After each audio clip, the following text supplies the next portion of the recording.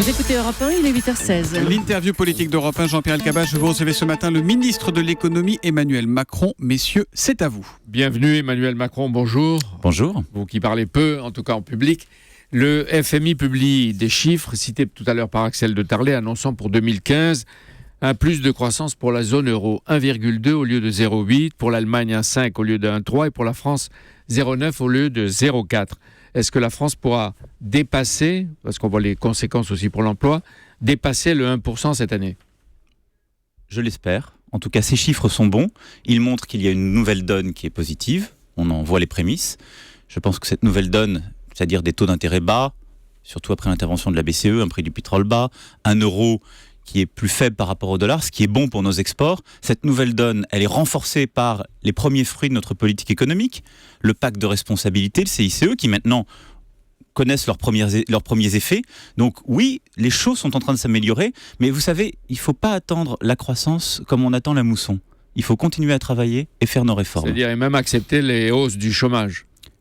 Les hausses du chômage, elles découlent de la trop faible croissance. Donc il faut se battre pour que cette croissance qu'on nous annonce un peu meilleure qu'escomptée soit encore meilleure, précisément pour recréer des emplois. À la fois en France et en Europe, je suppose. En France et en Europe, parce que nos destins sont liés et que la France réussit avec l'Europe. Et donc nous avons nos économies à faire, nous avons nos réformes à conduire et à accélérer, et puis nous avons toute cette dynamique européenne à mener avec nos partenaires allemands pour leur demander plus d'investissement et au niveau européen avec Bruxelles pour relancer la demande européenne. Parce que c'est ça la clé aussi d'une meilleure croissance. Ça fait beaucoup de conditions. Mais à propos de la Grèce, ça va vite, Emmanuel Macron. On est passé du concert de louanges unanimes hier, en 24 heures, à 240 milliards de dettes. La BCE en couvre 10%, 90% sont détenus par les États, dont la moitié par l'Allemagne, 57%, la France 42,5%. Vous allez sans doute avec Michel Sapin bientôt négocier avec les Grecs. Quel sera le coût pour la France ? Et j'ai envie de dire le risque.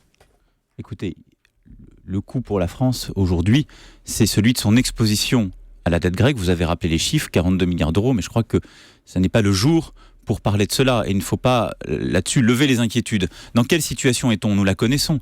La France s'est battue à l'été 2012 pour que la Grèce ne sorte pas de la zone euro. Et je peux vous le dire ici, j'étais bien placé à l'époque pour le voir, sans François Hollande et son action résolue, la Grèce serait vraisemblablement sortie de l'euro. Ça, c'est le premier point. Le deuxième point, c'est que la Grèce s'est inscrite dans un programme pour précisément répondre aux différentes obligations. Parce que être dans l'Europe, c'est être solidaire. Nous avons des destins liés. C'est-à-dire qu'on peut aller jusqu'à payer pour eux. Non, nous n'en sommes pas là. Pour éviter leur échec. Nous n'en sommes pas là. Et je note d'ailleurs que M. Tsipras lui-même s'est engagé à ce stade pour l'Europe. C'est beaucoup recentré dans le débat démocratique. Et je note que s'il a été élu, c'est aussi dans un pays où plus des 3/4 des Grecs ont réaffirmé leur attachement à la zone euro. Être dans la zone euro, ça veut dire participer à un collectif, mais aussi en accepter les contraintes. Nous le savons nous-mêmes. Maintenant, je veux juste attirer votre attention sur un point. Comment en est-on arrivé là ? On en est arrivé là parce que pendant des décennies, la Grèce et les pouvoirs de droite et de gauche n'ont pas conduit les réformes, ont menti à leur peuple en leur faisant croire qu'on pouvait vivre avec le taux d'intérêt de Berlin sans faire les réformes, qu'on pouvait indéfiniment augmenter les salaires et ont protégé des grandes familles des intérêts acquis. C'est ça l'explication de la crise grecque. Ça doit être fini, parce que ce sont les autres qui payent. D'une part, et d'autre part, je note qu'avec l'arrivée de M. Tsipras, c'est aussi l'arrivée d'une nouvelle génération qui sera sans doute plus libre avec ses intérêts acquis. Mais il faut toujours tirer les leçons du passé. Il a quand même surpris M. Tsipras, venant de la gauche radicale, pour faire son gouvernement, de s'allier avec la droite souverainiste, la droite dure. On verra ce que les prochains jours disent. Je pense qu'il y a une démocratie grecque. De la même façon que nous n'aimons pas avoir des commentaires ou des leçons données par les autres, je n'en donnerai pas. Mais je dis juste que, à nos yeux, la place de la Grèce est dans la zone euro. Et je crois que les engagements eux prochains... aussi de faire des efforts. Bien sûr. Aide-toi d'abord et le ciel européen t'aidera. Donc il y avait deux principes, disait hier François Hollande. Le principe de la responsabilité des Grecs et de la solidarité, vous en avez parlé. Et François Hollande a dit pour Paris, et puis d'ailleurs pour Berlin, Bruxelles, Francfort, les engagements pris doivent être tenus. Mais ça veut dire que les engagements pris par les conservateurs doivent être tenus par la gauche radicale ? Ça veut dire que les engagements pris par la Grèce, en tant que nation souveraine, doivent être tenues par la Grèce en tant que nation souveraine. Et c'est normal, parce que c'est la règle du jeu quand on est dans la zone euro. Et c'est notre responsabilité, de la même façon que nous l'avons fait. Parce qu'on ne peut pas avoir justement un principe de solidarité au sein de cette zone, que nous voulons d'ailleurs voir croître, et en même temps considérer qu'elle permet de s'affranchir de toute responsabilité. La France n'est évidemment pas la Grèce, Emmanuel Macron, mais si elle demandait à Bruxelles plus de souplesse à l'égard de ses déficits et de ses 3%, et qu'on échelonne sa dette, elle aussi. La France n'a rien demandé à Bruxelles, vous le savez, mais la France, elle est dans un dialogue constructif avec Bruxelles pour l'intérêt européen. Pourquoi ? Parce qu'aujourd'hui, quelle est notre situation ? À nous, économie française. Nous avons besoin de conduire des réformes pour accroître la vitalité de notre économie, pour améliorer la situation de nos entreprises. Ça a été le pacte de responsabilité, c'est la loi que je défends pour le compte du collectif gouvernemental en ce moment à l'Assemblée, et ce seront les lois qui viendront, que François Rebsamen portera sur le droit du travail et que le gouvernement préparera dans les prochains mois. Et puis, il y a le sujet de la demande européenne, parce qu'il y a un manque de demande. Alors, on aurait pu faire un plan de relance français. Pour avoir la demande ? On aurait pu faire un plan de relance français. Ça n'aurait pas de sens au regard, précisément, de nos déficits publics. Et donc, on le fait d'abord en restaurant notre propre crédibilité. C'est ce que nous sommes en train de faire. En bougeant, en réformant, en montrant que nous modernisons le pays, on devient crédible. Et ce faisant, on demande à nos partenaires allemands d'investir davantage, parce que les Allemands sont en train aujourd'hui d'avoir un excédent budgétaire, ce qui n'est bon ni pour eux, ni pour le reste de la zone euro. Et en ayant un débat avec Bruxelles pour essentiellement deux choses.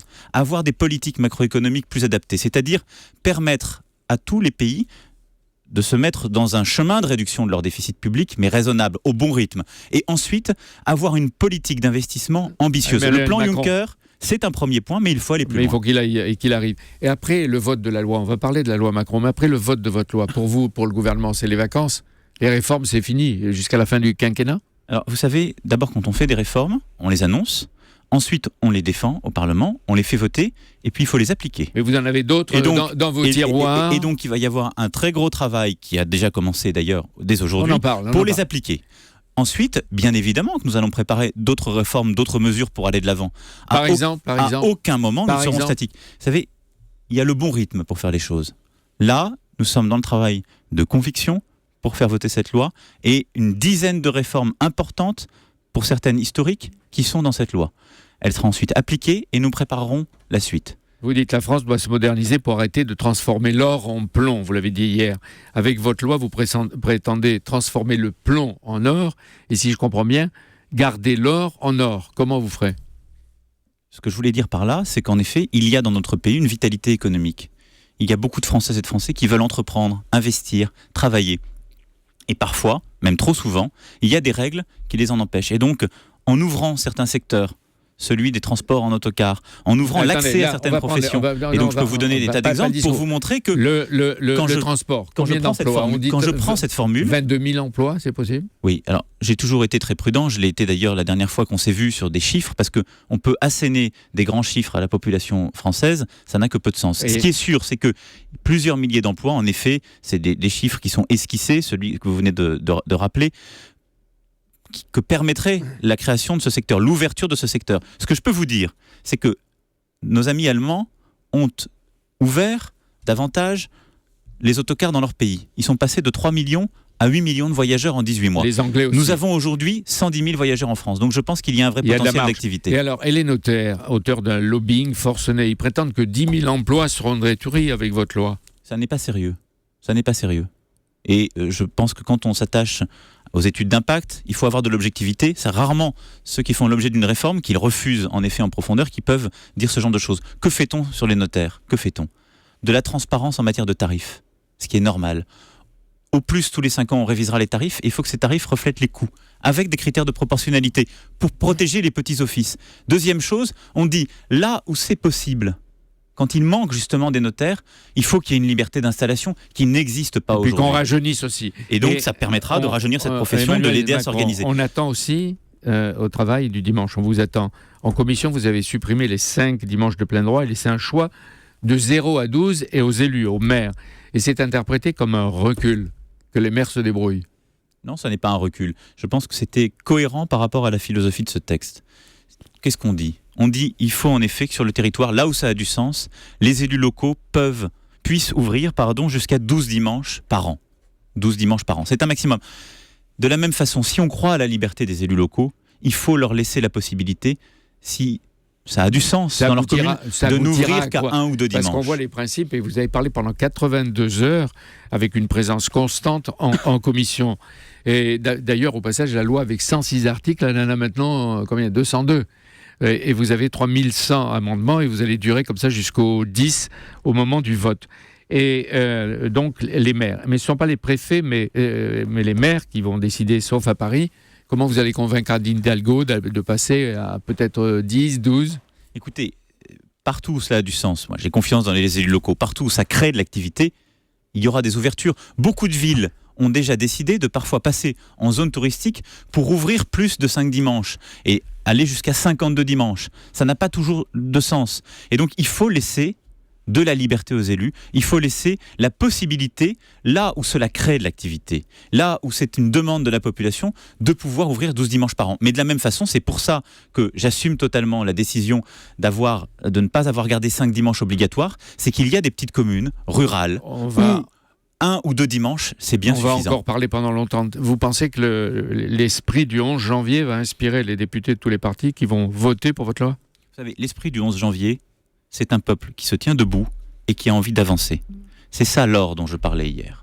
C'est la capacité de notre pays, la volonté de nos concitoyens d'avancer. Et vous sentez, comme vous le disiez, en face de vous. D'ailleurs, il n'y avait presque personne hier quand vous avez commencé à parler à l'Assemblée. Moi, je ne veux pas là-dessus jouer sur des symboles. Je pense que l'esprit du 11 janvier, c'est aussi d'accepter, de revendiquer le débat démocratique, parfois conflictuel, sur les sujets économiques et sociaux. Il doit avoir lieu. Il a commencé hier. Ma dernière question. Manuel Valls a provoqué un choc de vérité en partant d'apartheid, ethnique, social, etc.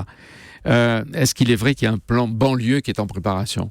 Il est vrai que le Premier ministre il a eu raison de nommer le réel, parce qu'on avance en le nommant bien, et il a demandé à l'ensemble du gouvernement de préparer des mesures très concrètes pour précisément aider les plus jeunes, en particulier, mais plus largement ces quartiers, à retrouver leur place dans la société et l'économie française. Et je ferai des propositions dans le champ qui est le mien pour ce faire. Il y aura un plan banlieue. Il y aura en tout cas un ensemble de mesures sur lesquelles travaille notre collègue M. Caner pour relancer précisément à la fois ces quartiers, mais aussi redonner des chances, redonner des opportunités à celles et ceux qui vivent dans ces quartiers.